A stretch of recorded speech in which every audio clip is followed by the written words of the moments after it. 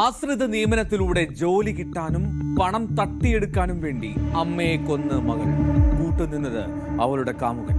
പെൺകുട്ടിയും കാമുകനും അറസ്റ്റ്.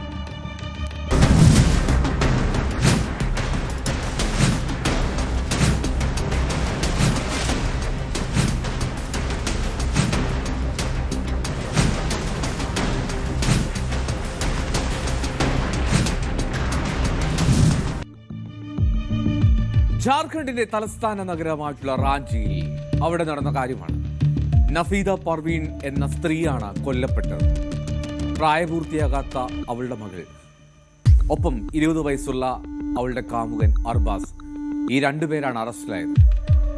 മണിത്തോല സ്വദേശിയായിട്ടുള്ള നഫീദ പർവീൻ 17-കാരിയായ ആ പുത്രിക്കൊപ്പം, ശരിക്കും അവൾ ദത്തുപുത്രിയാണ്, ആ ദത്തുപുത്രിക്കൊപ്പമാണ് താമസിച്ചിരുന്നത്. വൈദ്യുതി വകുപ്പിൽ ഉദ്യോഗസ്ഥനായിരുന്നു ഈ പർവീണിന്റെ ഭർത്താവ്. അദ്ദേഹം 4 വർഷം മുമ്പ് മരിച്ചു. ഇതേ തുടർന്ന് 45 ലക്ഷം രൂപയോളം നഫീദയ്ക്ക് സർക്കാരിൽ നിന്ന് ലഭിച്ചു. ഇതിന്റെ ഏക നോമിനി അത് ഈ ദത്തുപുത്രിയായിട്ടുള്ള മകളാണ്. ഇവൾ പതിവായി ആ അക്കൗണ്ടിൽ നിന്ന് പണമെടുത്ത് അവളുടെ കാമുകന് അർബാസിന് നൽകിയിരുന്നു. ഒരു ദിവസം ഈ അമ്മ ദത്തുപുത്രിയുടെ ഈ പരിപാടി കണ്ടുപിടിച്ചു. അങ്ങനെ പണമെടുക്കുന്നത് നഹീദ വിലക്കി. അങ്ങനെയാണ് ആ ഗൂഢാലോചനയ്ക്ക് തുടക്കമാകുന്നത്. അമ്മയെ ഒഴിവാക്കാൻ തീരുമാനിക്കുകയാണ് ആ മകൾ. അക്കൗണ്ടിൽ നിന്ന് പണം കൈകാര്യം ചെയ്യാനുള്ള അവകാശം നേടിയെടുക്കാം, ഒപ്പം ആശ്രിത നിയമനത്തിലൂടെ ജോലി സ്വന്തമാക്കുക, തരപ്പെടുത്തുക എന്നിങ്ങനെയായിരുന്നു അവളുടെ ലക്ഷ്യങ്ങൾ.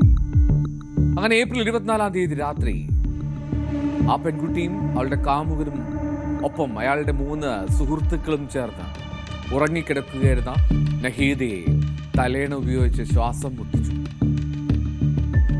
പെട്ടെന്ന് കണ്ണു തുറന്ന് അവൾ ചെറുത്തുനിന്നു. ആ ചെറുത്തുനിൽപ്പിനിടെ ആ അമ്മയുടെ കഴുത്തിൽ ഗുരുതരമായി മുറിവേൽക്കുകയും ചെയ്തു. ആ മുറിവിൽ നിന്നും രക്തം വാർന്നാണ് മരിക്കുന്നത്.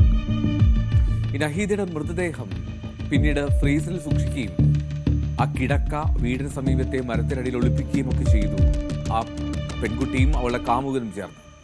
കൊല നടത്തിയതിന് 12 ലക്ഷം രൂപയാണ് ആ പെൺകുട്ടി, അതായത് അവളുടെ അമ്മയെ കൊല്ലാൻ വേണ്ടി 12 ലക്ഷം രൂപയാണ് ഈ സഹായികളായി എത്തിയ ആളുകൾക്ക് കൊട്ടേഷൻ തുകയായി നൽകിയത്.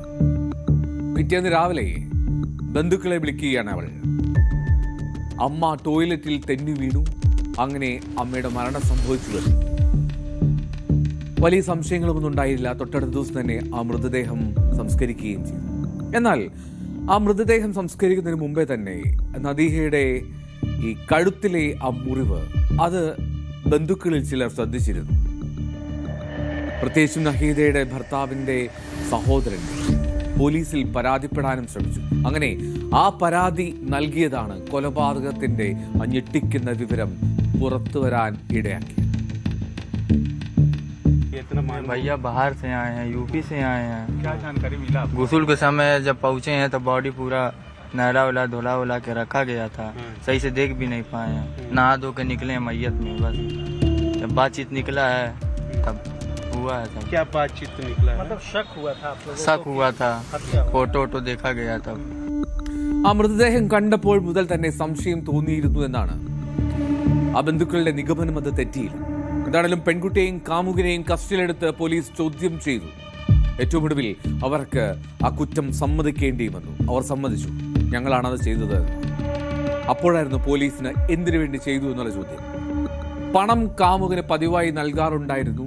അതിന്റെ പേരിൽ അമ്മയുമായി വഴക്കുണ്ടാവുകയും ചെയ്തിരുന്നു എന്നുള്ളതാണ് ആ പെൺകുട്ടി പറഞ്ഞത്. ഇക്കാരണം കൊണ്ട് തന്നെ അമ്മയെ കൊലപ്പെടുത്തിയെന്ന് പെൺകുട്ടി പോലീസിനോട് സമ്മതിച്ചു.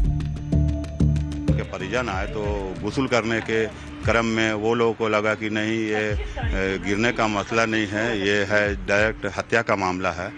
और इसी क्रम में जो है कुछ कानाफूसी हो ही रही थी और लड़की के जो डेट की है उनके परिजनों ने आके थाना में आवेदन दिया। थाना में आवेदन देने के बाद जो है प्रशासन गई। प्रशासन लड़की को उठा के लेके आई है। लड़की ने जुर्म कबूल किया है। किस तरह का मामला है?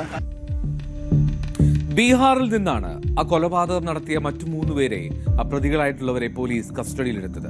നഹീദയുടെ മൃതദേഹം അസംസ്കരിച്ച ഖബറിസ്ഥാനിൽ നിന്നും പുറത്തെടുത്ത് പോസ്റ്റ്മോർട്ടം ചെയ്യുകയും ചെയ്തു. ദത്തുപുത്രിയായിരിക്കാം, പക്ഷേ വളരെ കരുതലോടെ സ്നേഹലാളനകൾ ഏറ്റുവാങ്ങിയാണ് അവൾ വളർന്നിരുന്നത്.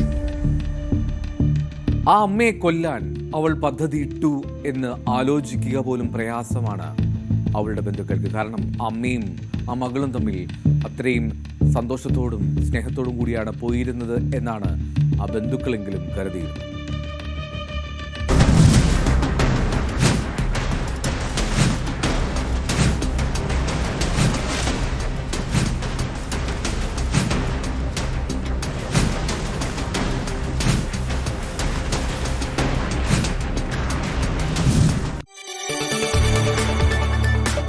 കൂടുതൽ വാർത്തകൾക്ക് news 18 Keralam YouTube channel subscribe ചെയ്യുക.